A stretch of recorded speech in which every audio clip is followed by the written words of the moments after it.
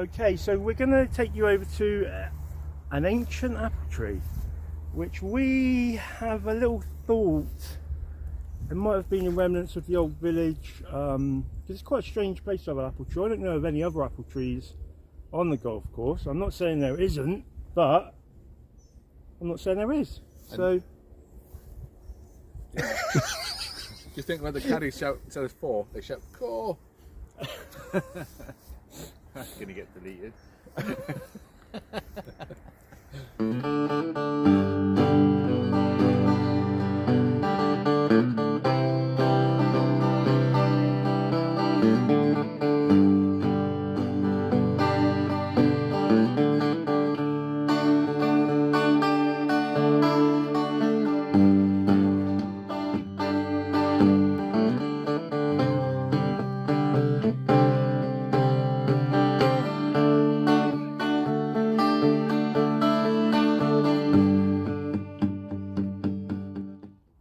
So we're back on the golf course again today, and we are showing you some more stones. Now this one is the last stone of the north end, Lost Stone North End. Oh, but like Prestone North End, eh? Prestone North End. And so this is what I was saying is like the marker for the village, or for the complex of these mounds, because as you can see again, I mean, they're blatantly not sand dunes, because sand dunes are moving all the time, and you get over there and they're pretty compacted. But we just want to show you, this one, because this is a lovely big old stone. But it looks like, to me, there's been some sort of skullduggery going on, because something has tried to move this, I think, myself personally, because look at this scratch. That's not a natural occurring scratch. It looks a bit like when a heron tries to sharpen its beak trying to dag in fish. Yeah. It could be the heron stone. Funnily enough, there's Heron House down there. How old do you think this stone is? I think it's ancient. I think it's as old as the hills. It's obviously ancient. I think it's like 47. 47% ancient. Yeah, but can you put some sort of age on it? Is it like Neolithic? Is it lithographic? It's a piece of the earth. Hanrific. So how old's the earth? It's like over 100 years old. Old. And how long do you think this stone has been here then? Well, I asked one of the workmen, who, like one of the wardens, I guess it is, on the golf course a few years back, where further back by Mahuba, where we showed you on our first video showing the stones, I asked him, what's this big stone doing there, mate? And he was like, oh, it's a 150-yard marker. And I was like, oh, okay. Of course it is, of course it is. For the golf course? For the golf course, yeah. But I mean, the 150, so we are here now. That's the hole there, isn't it? Anyway, I don't know how we could prove whether this is a 150-yard marker. The T for that's just over the hill there, isn't it? So I wouldn't say this was specifically 150 yards. And that's high T. But I would say that I reckon this has been moved. What do you think, Rich? Because from where? Well, do you think they've definitely cut the thing back there quite a lot, haven't they? Why would they have been a marker in this particular place? What is it indicating? I think it's like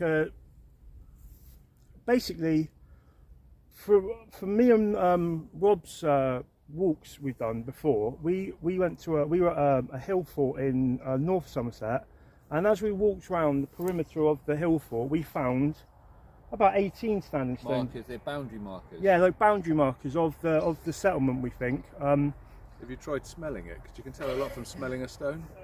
Let's have a whiff. It smells ancient, and I would say this could be gravel from Stonehenge,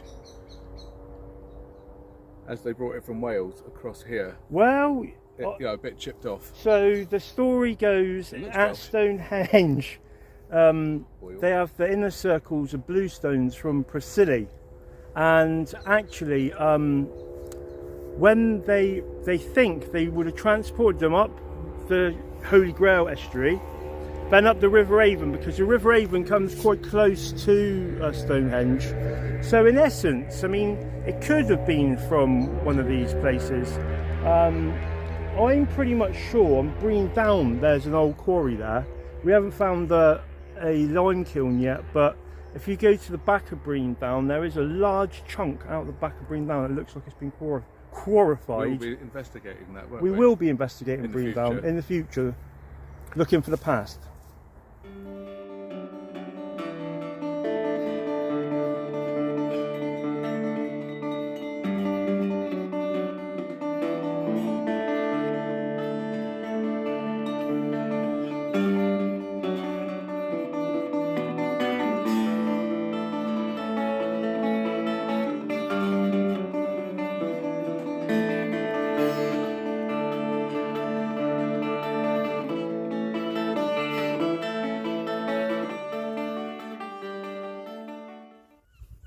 Okay, so this is the ancient apple tree. Now,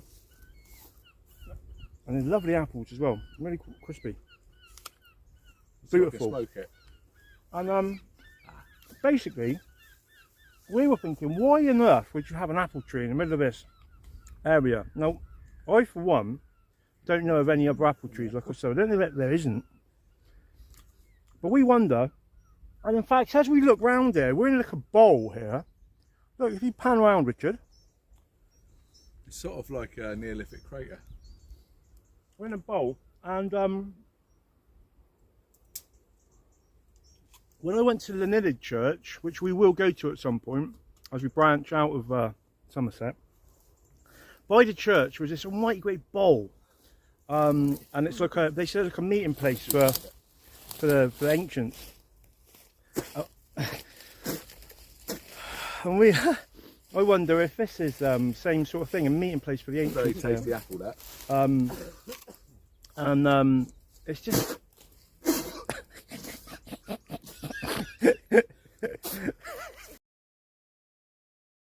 okay, so we are here at the ancient apple tree. Now this is a lovely old apple tree. I just had an apple from it. I can assure you it tastes beautiful, but it's very out of place. This area is well known for blackberries, for buckthorn, like this stuff, where you get the little red berries.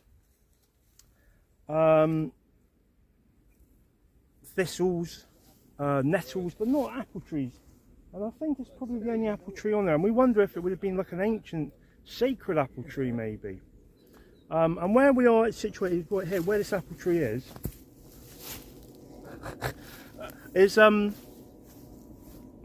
we wonder if this was an ancient complex, village complex. It all fits in. I mean, it really is. Over here you've got some pretty big mounds, and they're so solid. They're not like sand dunes at all, are they, Rich? No. I mean, this is much more like a pasture land than it is sand dunes itself. Sand dunes are further down at that actual beach, where we're right in the middle between the road and the beach here. I mean, if you look over there, just behind us over here, look. I mean, that's one big mound. So yeah, it's just an interesting place, and I think this whole complex thing, first of all, I thought there could be like 8 or 9 mounds, and the reason was I asked my dowsing rods, but I also had this memory of the 9 barrows at Priddy, and when I found out that we are exactly on the alignment with Priddy and the ley line that comes through here, through Glastonbury, through Stonehenge and everything else, it's like I wondered if it was like 9 above, 9 below, or as I say, as above, so below.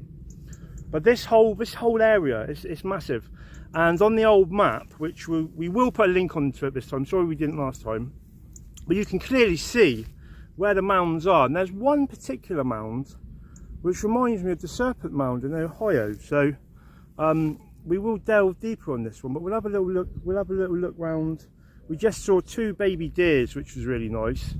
So we've had Odin, and now we've got Bambi on our side. So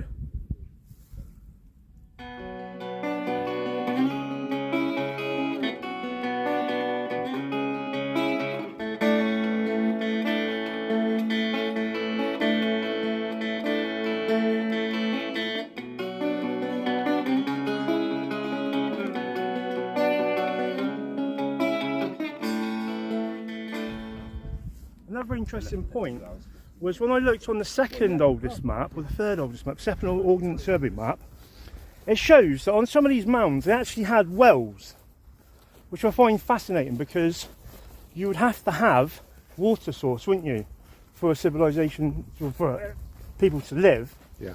And there were wells in these within the actual mounds. Once again, it's not on the map now,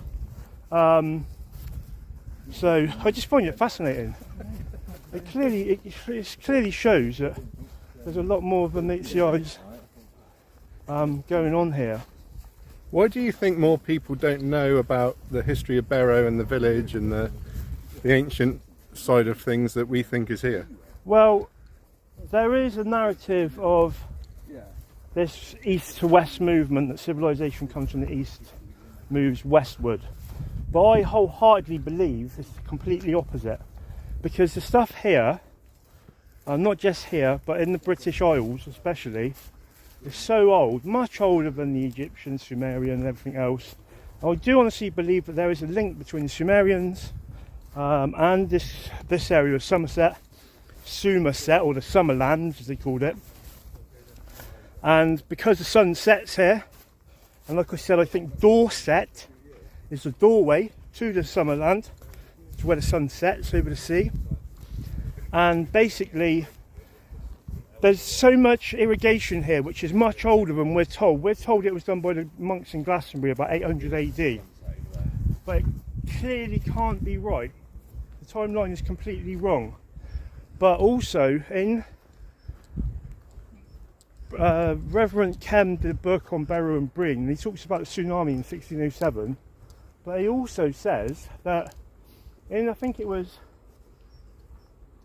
200 AD, the sea deposited a large layer of sand and clay over this particular area of the golf course. Well, the only way that the sea can deposit anything is by coming over, so it's like another massive tsunami. Why on earth he said he didn't say about it, I don't know. But from here, we'll just go up here and we'll show you the view of where the sea would have come over. I believe it was to do with a landslide or an earthquake, undersea earthquake, because at the bottom of Ireland, which as I've said before, if we come out of here on a certain direction, the next place we hit is Cork Harbour. So we're in line with Ireland, and the south of Ireland there is a fault line. I think it's called the Porcupine Bank. Now I personally believe that there was a major earthquake and that caused a tsunami. Underground earthquake, landslide, undersea earthquake, sorry. They're all underground earthquakes. And that it basically set off or triggered a tsunami. And as we are here, you will see that there is basically, it's like a bottleneck. And as the water comes in, as it gets tighter and more narrow, the water would get higher and it would come over. And that's why I personally believe that what's going on at Hinkley Point is a little bit dodgy, because it's happened at least twice, but they wouldn't pay for the best protection, which is supposedly these boron beads, which shuts it down within like 30 seconds, which they didn't have in Fukushima. So that to me is very worrying, amongst other things with that place, but that's completely separate to what we're talking about.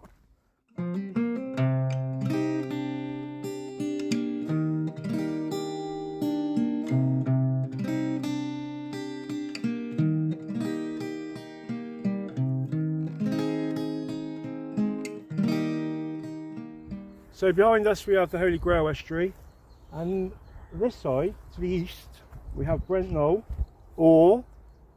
and I just want to point this out, it's Mount Sion with an S, not Zion, but we can we can take. Why Zion. is it Sion with an S? It's just the what. Why That's, are you that's, saying Zion all the I time? haven't. I've been So I saying. thought you were a Zionist extremist, but you're a no, Zionist I'm extremist. I'm Sion. So Yeah, the Zionist Judea radical. Zion, are we saying it's not that? What is it? Well, it is, but it should be. I call it Mount Sion because that's the proper way we call it. So we're not. Who's we? We and others. Anyway, in the background we've got Brent Knoll or Mount Sion, Mount of Frogs, whatever you want to call it. Midges. But also to the left we have the Mendip Hills, which were called the Mendip Mountains. And directly in line with us here we have Priddy, where the 9 barrows are. Now the 9 barrows at Priddy are very much small, not really like what we got here. What we've got here is pretty epic mounds. As you look all the way across, you can just imagine how these would have been like a settlement down there in the, like these, as you come down you've got the bowls in each area, and it's like we were always told that there was a village on the golf course further up, but no one ever mentioned about it being down here. So as we see here, we are pretty high up here, and as you go down through you've got major mounds all the way through, all the way, in fact, the very end of the golf course where the clubhouse is, the golf clubhouse. And like I've said before, I honestly, well, golf courses are in certain positions for a reason. I mentioned the synchronicity to do with that, because the guy who started the Barrow Golf Club, Yeah. he was in the army and his name was Major Mounds. Was it? Yeah. No word of a lie. Yeah, Major Christopher Mounds. Major Christopher Mounds. There you go. Well, there you go. Insight. Insight. Interesting. It's all in plain sight. But, as I say, this whole area, I think, was an ancient village, because the difference is, there's always been this bit here. As you go back, that's why it was called Frog Island as well, because from here, it's like a bowl where the sea comes in. They talk about sea level, but we're actually supposedly below sea level here, but the land drops back down again until you hit the Mendips, obviously The undulation. Mount Sion, Glastonbury, Terra Tor, firma. and all those places are were islands. But yeah, it's just like some on this side there is no stone, because the other stones there we were at just a moment ago, there's no stone, and I believe that they just covered over it because they've built a new tee and a new hole there. But as you go along this side, in fact I think we can see one from here. Can you see that in the distance over there, Rich? I think that's a person. Is that a person? I think that's a human. Might be a human stone. Standing stone. But yeah, I think this is definitely, we are onto something here, and obviously the golf club wouldn't want us to know about it. I do know that they have had excavations on these places, but they never find anything at any of these excavations. I don't know what exactly they're looking for, but they seriously, Do you think that's intentional? I think it's intentional, because it's part of the establishment, isn't it? And the reason why I think they don't want you to know is because it messes up the narrative and the timeline. Because I honestly think it's west to east movement, because as I said, the civilizations were way older, way older, and it could even be pre-ice age, but we are in the remnants. No, keep this going. Let's put this on there. We are in the remnants of what was Atlantis, 100%. Also, I just want to point out that the ever-expanding footprint of this golf course is, this is a nature reserve. All the way along there, all the bushes in the distance, other side of this side of the sea, is a big nature reserve. It's actually a specific scientific site. I can't remember what it's called, the acronym for it. But they're just taking, and they shouldn't be. And we need to do something about it, because as a specific site of scientific interest, they shouldn't be part of the golf courses expanding. Your starlit shines so bright tonight. A God spot in the sky, you're right.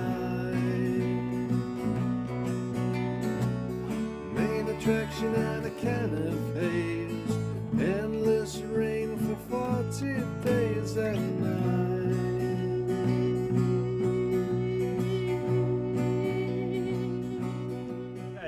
So, one of the main reasons why we think it's important to highlight what's been going on the golf course is because bit by bit they've been encroaching, and like I said, I think over here they've buried one of the stones because it's literally, it would be in line here, and bit by bit they're breaking these bits down, they're adding new bits onto it, and in their own way they're basically interrupting a really important site of historical interest, not just for England but for the whole world, because if we can prove that these were mounds, not necessarily burial mounds, but mounds where people would, if there was a major storm or if there was Wish I had your right. cometary debris coming down, they would literally, like an air raid shelter, they would stay in these mounds until the coast was clear and come back out again. You think the golf course is literally covering up the past at the other end? Why are they doing that? I think they're covering the past the whole way through.